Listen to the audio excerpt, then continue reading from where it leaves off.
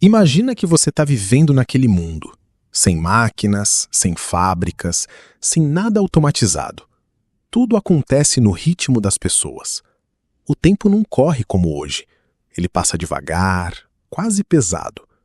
A vida é simples, mas também é dura. Antes da Revolução Industrial, o mundo era completamente diferente do que a gente conhece hoje. Não existia produção em massa, não existiam grandes indústrias. Tudo era feito manualmente, com esforço humano, no tempo certo de cada tarefa. E nesse cenário, as pessoas viviam dentro do chamado Antigo Regime. E o dia a dia? A economia era basicamente rural. A maioria das pessoas vivia no campo, plantando, criando animais, tentando tirar da terra o suficiente para sobreviver. Não era sobre enriquecer, era sobre viver, sobre passar mais um ano. Agora pensa comigo, se a colheita fosse boa, dava um certo alívio, mas se fosse ruim, a situação ficava realmente complicada. Esse modelo vinha de um sistema ainda mais antigo, o feudalismo.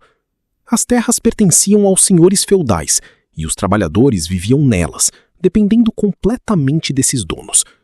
Com o tempo, isso começou a mudar. As cidades começaram a surgir, o comércio cresceu, mas a desigualdade continuava forte, quase como uma marca daquele mundo. Enquanto isso, nas cidades, existia a produção artesanal. E aqui dá para imaginar bem a cena. Um artesão, sozinho, fazendo tudo com as próprias mãos. Se fosse um sapateiro, ele fazia o sapato inteiro, do começo ao fim. Era um trabalho detalhado, quase artístico, mas extremamente lento.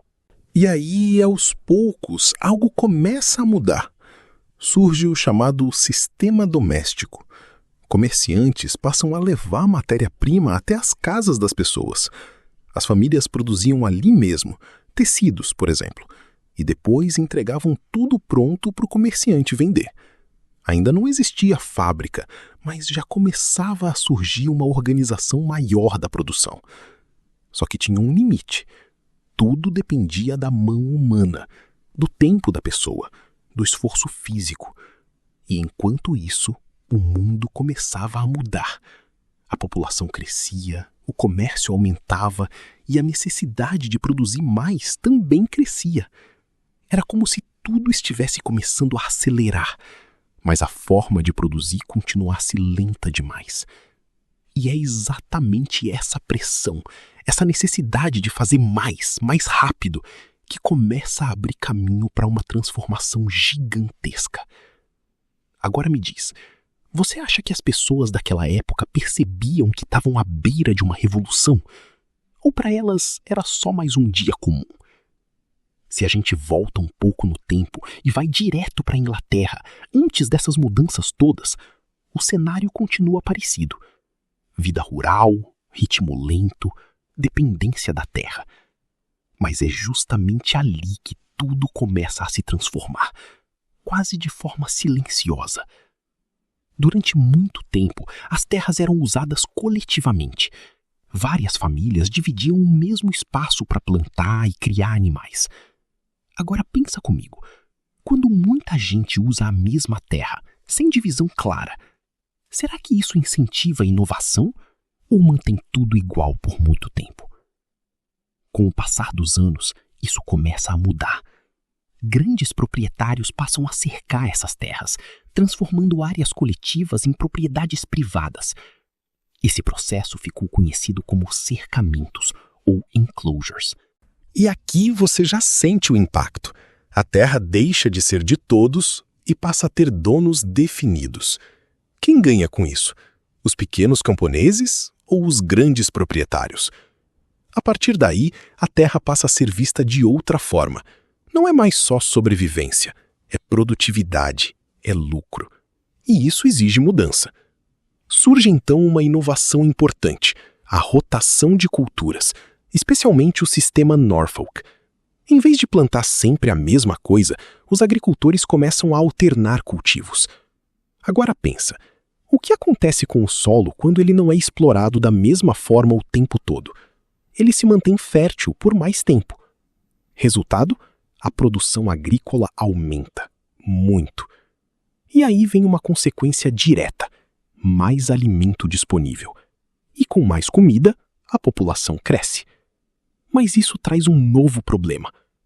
O campo, mesmo mais produtivo, já não precisa de tanta gente.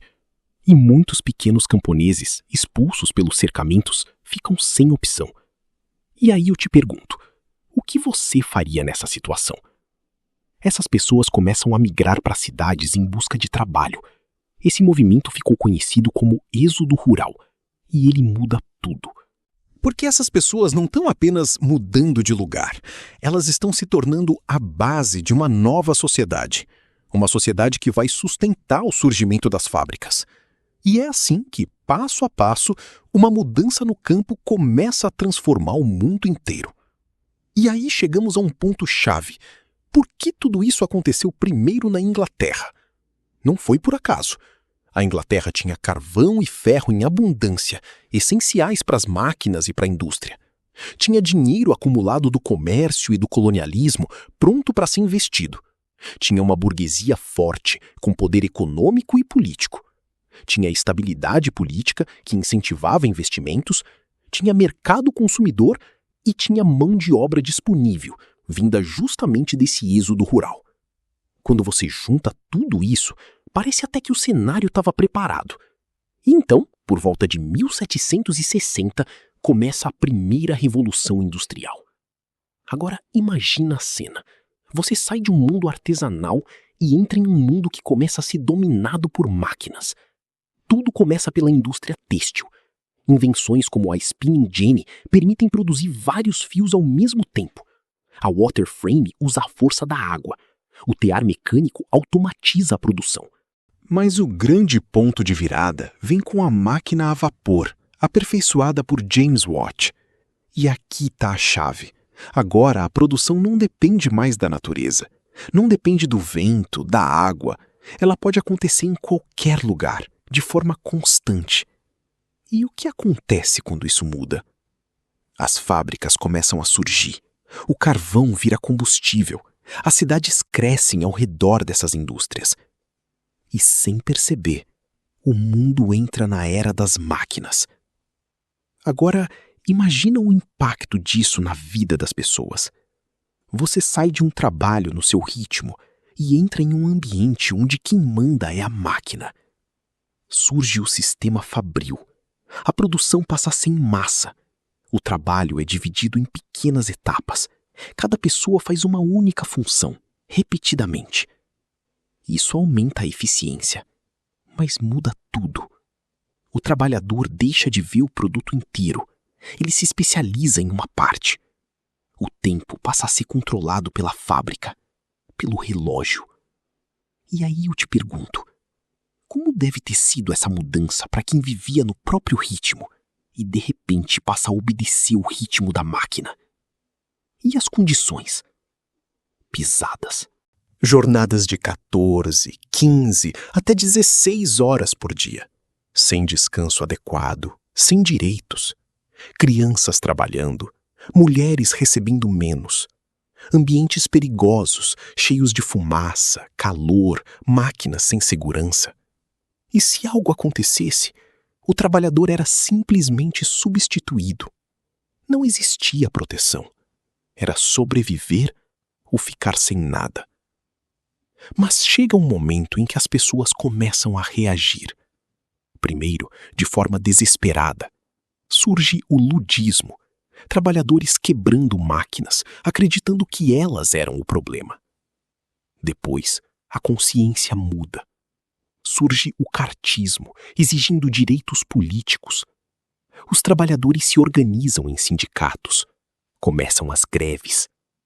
E pouco a pouco começam a surgir as primeiras leis trabalhistas. Agora pensa nisso. Tudo aquilo que hoje parece básico, jornada limitada, direitos, proteção, começou com essas lutas. E junto com essas lutas surgem ideias. O liberalismo defendendo liberdade econômica, o socialismo buscando mais igualdade e o comunismo propondo uma transformação completa da sociedade. É nesse contexto que aparecem Karl Marx e Friedrich Engels, analisando tudo isso e dizendo algo forte. A história é marcada pela luta de classes. De um lado, a burguesia. Do outro, o proletariado. E enquanto esse conflito existir, a sociedade nunca será totalmente justa. Agora, imagina a cena comigo. Você está vivendo naquele momento em que as fábricas já estão produzindo cada vez mais rápido, produtos sendo feitos em grande quantidade. Mas aí surge um problema. Como levar tudo isso para outros lugares? Antes, o transporte era lento demais. Carroças, estradas ruins, viagens que levavam dias, às vezes semanas. E aí eu te pergunto, de que adianta produzir muito se não consegue vender para longe? É exatamente aí que tudo começa a mudar. De repente, surge uma invenção que parece coisa de outro mundo para a época. A locomotiva a vapor. E aqui entra um nome importante, o engenheiro George Stephenson. Ele foi um dos grandes responsáveis por transformar essa ideia em algo real, funcional, algo que mudaria o mundo. E pensa na reação das pessoas vendo aquilo pela primeira vez.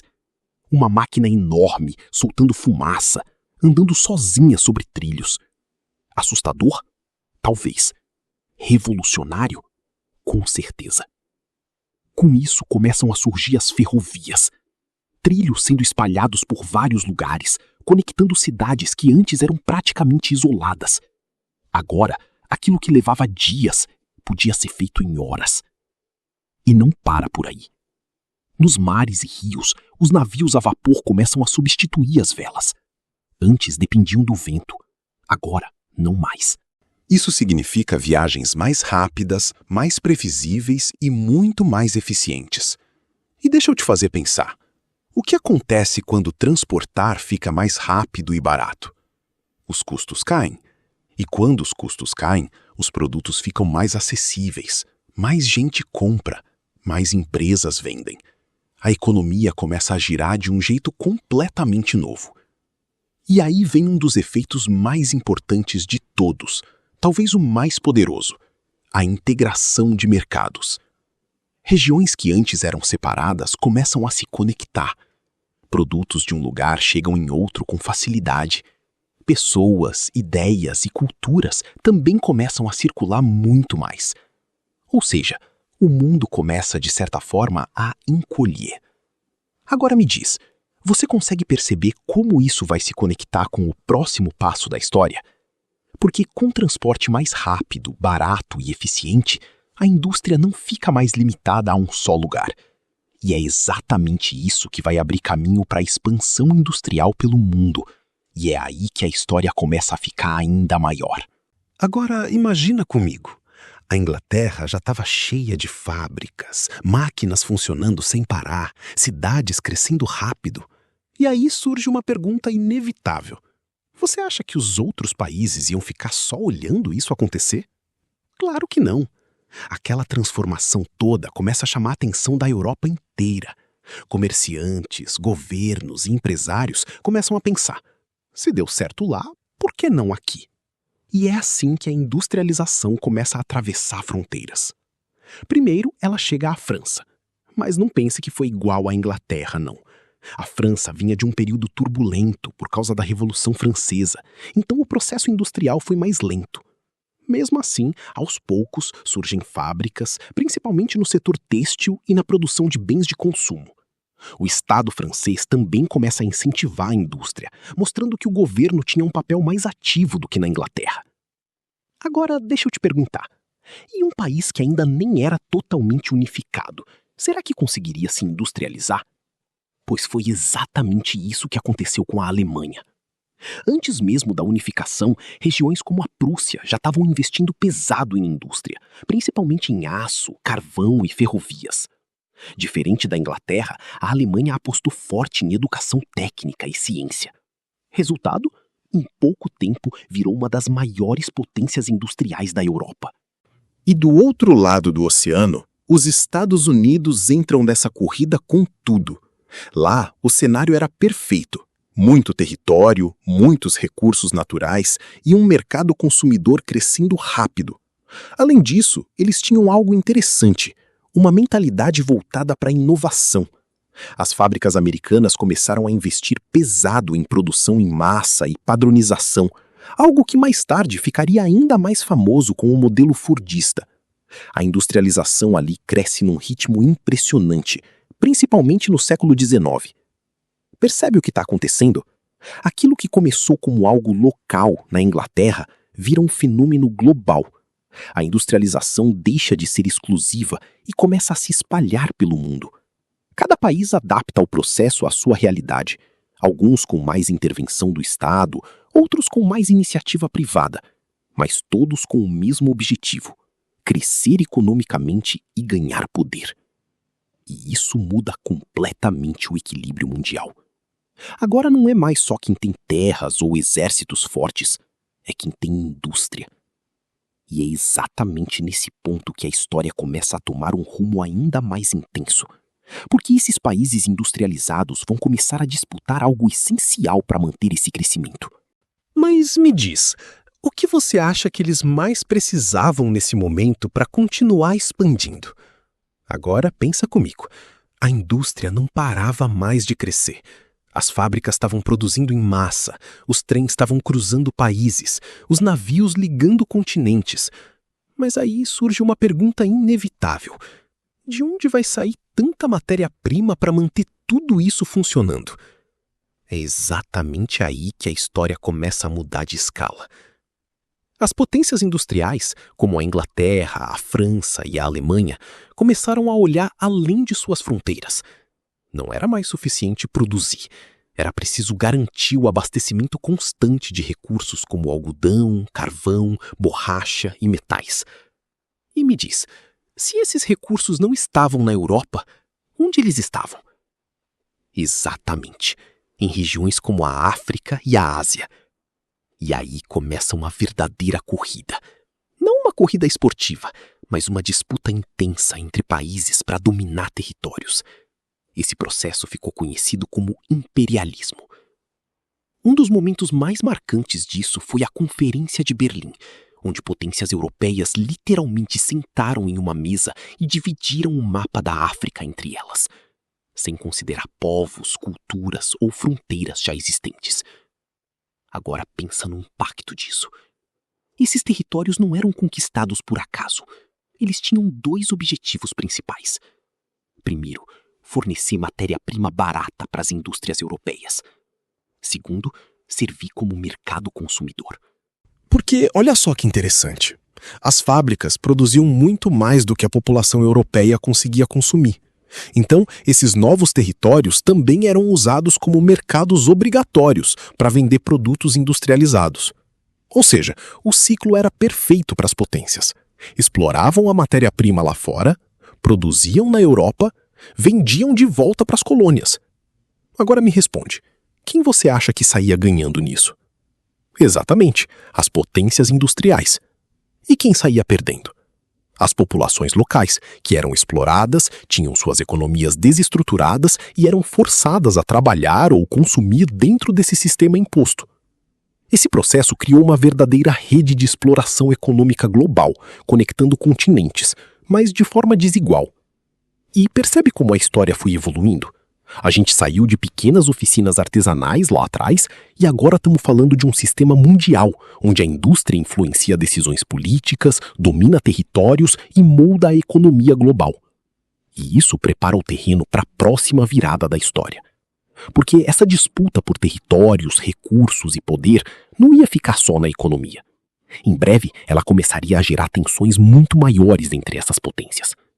Agora, imagina que você já está vivendo aquele mundo transformado pela primeira fase da industrialização.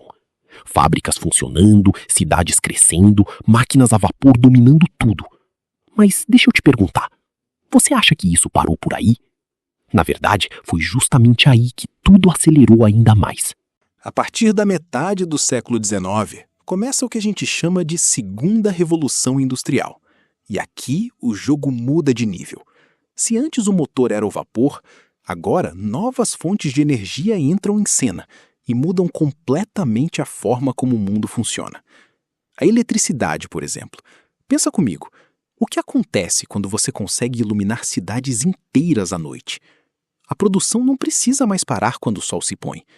As fábricas começam a funcionar por mais tempo, as ruas ficam mais seguras e a vida urbana ganha um ritmo completamente diferente. É nesse contexto que surge a lâmpada elétrica, desenvolvida por Thomas Edison, revolucionando o cotidiano das pessoas. E não para por aí. O petróleo começa a ganhar força como uma nova fonte de energia. Ele vai ser essencial mais para frente, principalmente com motores e transportes, mas já aqui ele começa a disputar espaço com o carvão. Ao mesmo tempo, o aço substitui o ferro como principal material industrial, mais resistente, mais durável, perfeito para construir pontes, ferrovias e até arranha-céus. Ou seja, o mundo começa literalmente a crescer para cima. Agora pensa na comunicação. Antes, mandar uma mensagem podia levar dias ou até semanas. Mas aí surge o telefone, criado por Alexander Graham Bell. E isso muda tudo. Pela primeira vez, pessoas conseguem se comunicar em tempo real, mesmo estando longe. Isso aproxima mercados, empresas e até famílias. E junto com tudo isso, a indústria química também explode. Novos produtos começam a surgir, fertilizantes, medicamentos, corantes, coisas que impactam tanto a agricultura quanto a saúde e o consumo do dia a dia. Agora, deixa eu te fazer uma pergunta importante. Com toda essa tecnologia nova, o que você acha que acontece com a produção? Ela dispara. A produção em massa fica ainda mais avançada. As fábricas começam a produzir em uma escala nunca vista antes, com mais eficiência, mais padronização e menor custo. Isso significa mais produtos disponíveis e também um consumo muito maior. E aí você começa a perceber algo interessante. Não é só a tecnologia que está mudando, é o próprio ritmo da vida humana. Tudo fica mais rápido, mais conectado, mais intenso.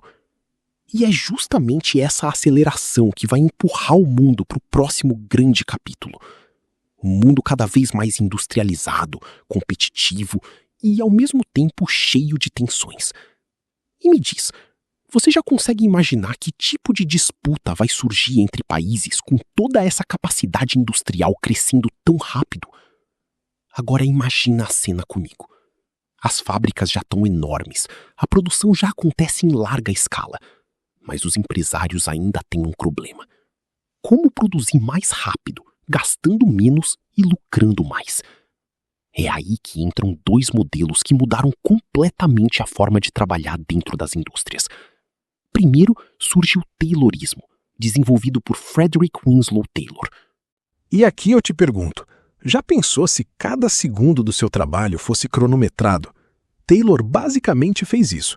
Ele começou a observar os trabalhadores e dividir cada tarefa em pequenos movimentos, tentando descobrir a forma mais rápida e eficiente de executar cada ação. Nada era aleatório, tudo era planejado. Então, o que muda? Cada trabalhador passa a fazer uma única função. O trabalho vira algo extremamente repetitivo. A produtividade aumenta, mas o trabalho fica mais cansativo e mecânico. Ou seja, o trabalhador deixa de ter autonomia e vira quase uma extensão da máquina.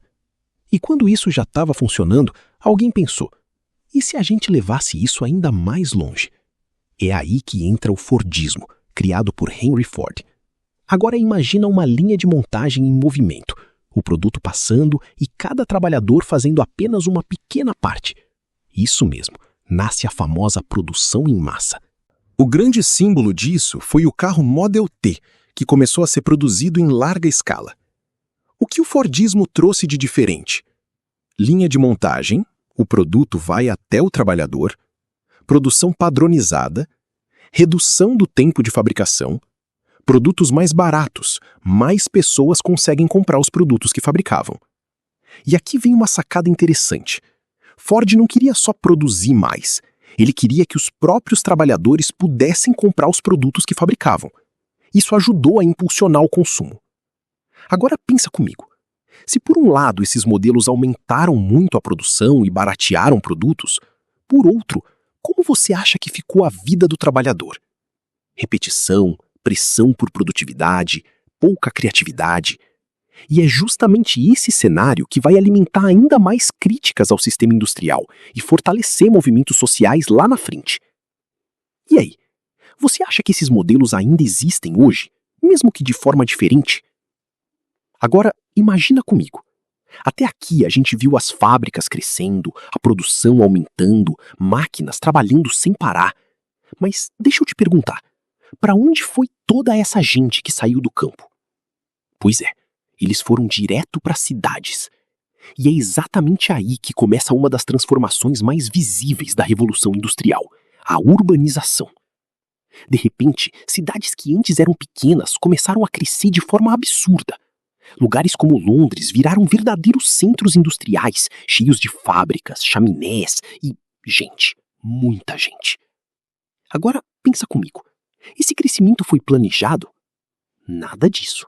As cidades simplesmente não estavam preparadas para receber tanta gente em tão pouco tempo. E aí começaram os problemas. As famílias operárias, sem dinheiro, passaram a viver em locais super apertados, em casas improvisadas, muitas vezes dividindo um único cômodo com várias pessoas. É aqui que a gente começa a ver o surgimento daquilo que hoje chamamos de favelização, ocupações desorganizadas, sem estrutura nenhuma. E aí eu te pergunto, como ficava a higiene nesses lugares? Praticamente inexistente. Não tinha saneamento básico, esgoto a céu aberto, água contaminada, lixo acumulado. Era o cenário perfeito para doenças se espalharem rapidamente. Epidemias como cólera e outras infecções se tornaram comuns, transformando as cidades em ambientes perigosos para se viver. E não para por aí. Com tantas fábricas funcionando o tempo inteiro, a poluição urbana começou a dominar o ambiente. O ar ficou pesado por causa da queima de carvão, os rios foram contaminados. Viver na cidade industrial não era só difícil, era insalubre. Agora pensa no impacto disso tudo. Trabalhadores vivendo em condições precárias, adoecendo com frequência, cidades superlotadas. Isso tudo começou a gerar uma pressão enorme por mudanças. E é nesse cenário que, aos poucos, vão surgir preocupações com saúde pública, saneamento e organização urbana. Coisas que hoje parecem básicas, mas que naquela época simplesmente não existiam. Percebe como a urbanização não foi só crescimento? Ela trouxe junto uma série de problemas que vão influenciar diretamente os movimentos sociais e as mudanças políticas que a gente vai ver daqui para frente. E aí me diz, dá para chamar esse progresso de qualidade de vida? Ou era um avanço com um preço alto demais? Agora pensa comigo. A máquina já está funcionando. As fábricas estão produzindo sem parar. As cidades estão crescendo.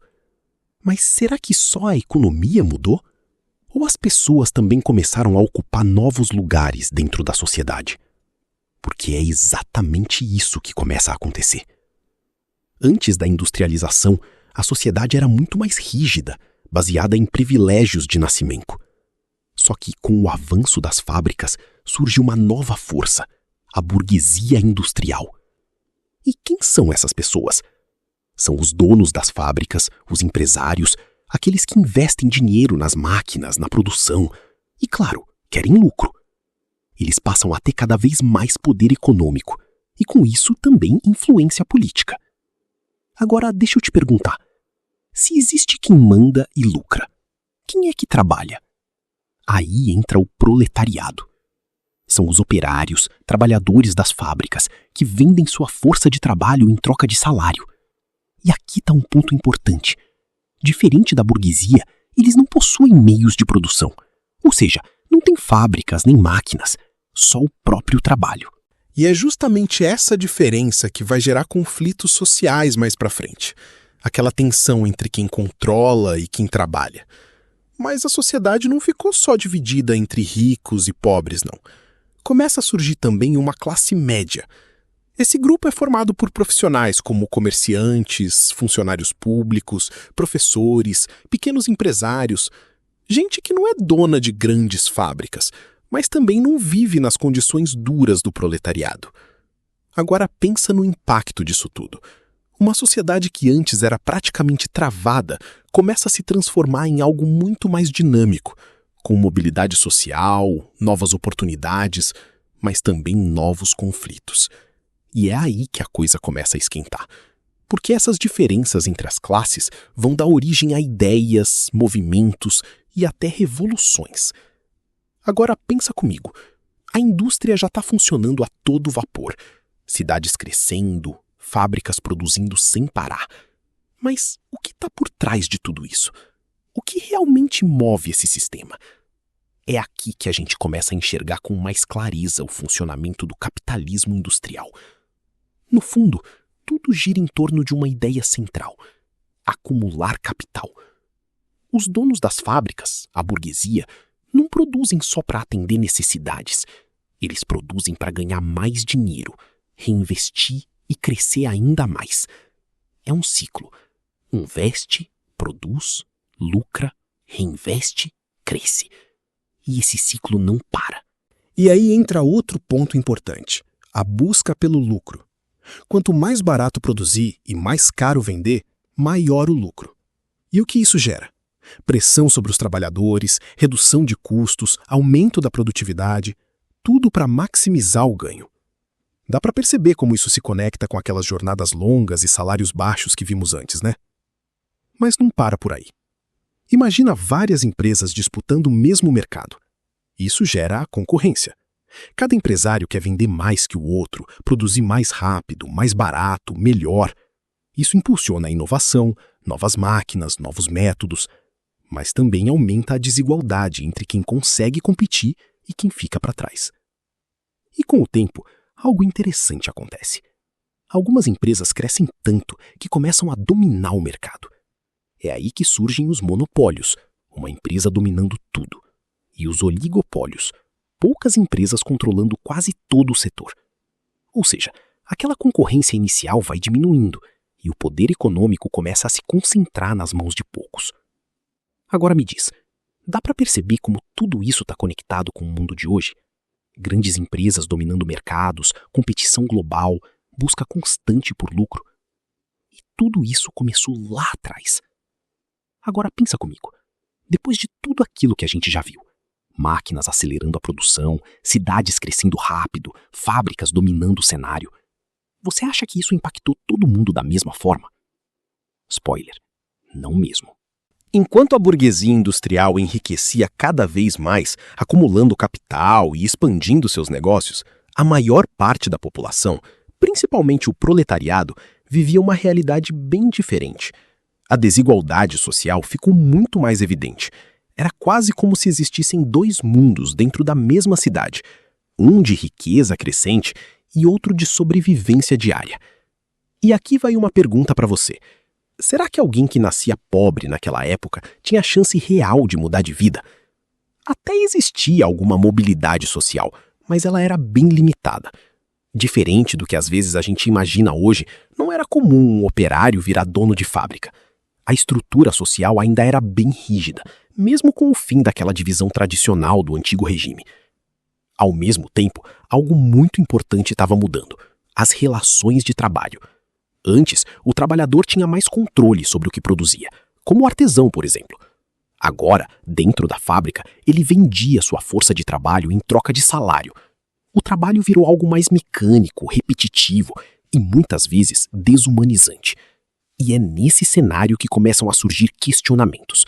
Pessoas começam a olhar para tudo isso e pensar: isso está certo?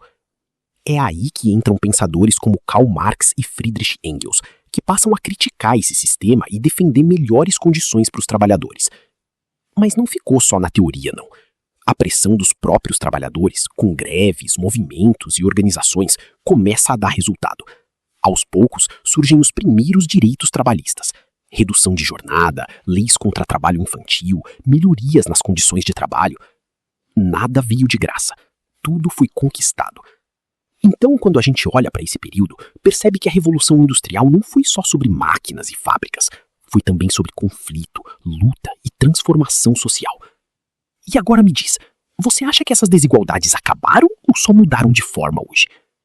Agora pensa comigo, até aqui a gente viu fábricas crescendo, cidades se enchendo de gente, produção disparando, mas será que tudo isso veio sem custo? Enquanto as máquinas não paravam, A natureza começava a sentir o peso dessa transformação. O carvão, que foi essencial desde o início da Revolução Industrial, alimentava as máquinas, mas também enchia o ar de fumaça. Imagina cidades inteiras cobertas por uma névoa escura, dificultando até respirar. Era o começo da poluição do ar em larga escala. E não parava por aí. Para manter essa produção acelerada, era preciso retirar cada vez mais da natureza. Madeira, carvão, ferro, tudo em grandes quantidades. Esse uso intensivo de recursos naturais começou a esgotar áreas inteiras. Agora pensa, para conseguir mais madeira e abrir espaço para fábricas, ferrovias e cidades, o que acontecia com as florestas? Exatamente. O desmatamento avançava rapidamente, muitas vezes sem nenhum tipo de controle. E talvez o mais importante, tudo isso estava acontecendo sem que as pessoas tivessem muita noção das consequências a longo prazo. Ninguém falava ainda de sustentabilidade ou preservação como hoje. É aí que começa algo que a gente vive até hoje, o início da crise ambiental moderna. Percebe como uma revolução que trouxe tanto avanço também plantou problemas que ainda estamos tentando resolver? E isso puxa a gente para uma reflexão importante. Será que o progresso sempre precisa ter esse preço? E aí, olha como a história vai ganhando proporções cada vez maiores. Porque até aqui a gente falou muito da Europa, das fábricas, das cidades. Mas agora eu quero te fazer pensar. Será que isso ficou só nesses lugares? De jeito nenhum. A partir do momento em que a indústria cresce, os países começam a se conectar de um jeito nunca visto antes. Mercadorias passam a viajar entre continentes, matérias-primas saem da África, da Ásia, da América e vão abastecer fábricas na Europa. E depois, esses produtos voltam para serem vendidos no mundo inteiro. Percebe o ciclo? Isso é o começo de algo gigantesco, uma integração econômica mundial. O comércio se expande, as economias passam a depender umas das outras, e sem perceber, o mundo vai ficando cada vez mais interligado. E aí eu te pergunto, isso te lembra alguma coisa do mundo atual? Exatamente. Esse processo é a base do que hoje a gente chama de globalização. Aquela ideia de que tudo está conectado, produtos, empresas, países, até culturas. E tudo isso começou lá atrás, com aquelas primeiras máquinas a vapor. Mas a história não para, ela evolui. Porque depois dessa fase industrial inicial, o mundo entra em uma nova transformação. Já não é mais só carvão e vapor. Agora entram novas fontes de energia, novas formas de produzir, até que chegamos em algo ainda mais impactante. Você já parou para pensar como a tecnologia mudou tudo ao nosso redor? É aí que começa a chamada terceira revolução industrial, marcada pelo avanço da tecnologia, da eletrônica e da informática. Computadores começam a surgir, sistemas ficam automatizados e o trabalho humano começa aos poucos a ser substituído ou transformado pelas máquinas. E quando você acha que parou por aí, vem mais uma virada. Hoje, a gente vive o que muitos chamam de quarta revolução industrial. E olha ao seu redor. Inteligência artificial, internet, automação, robôs, dados.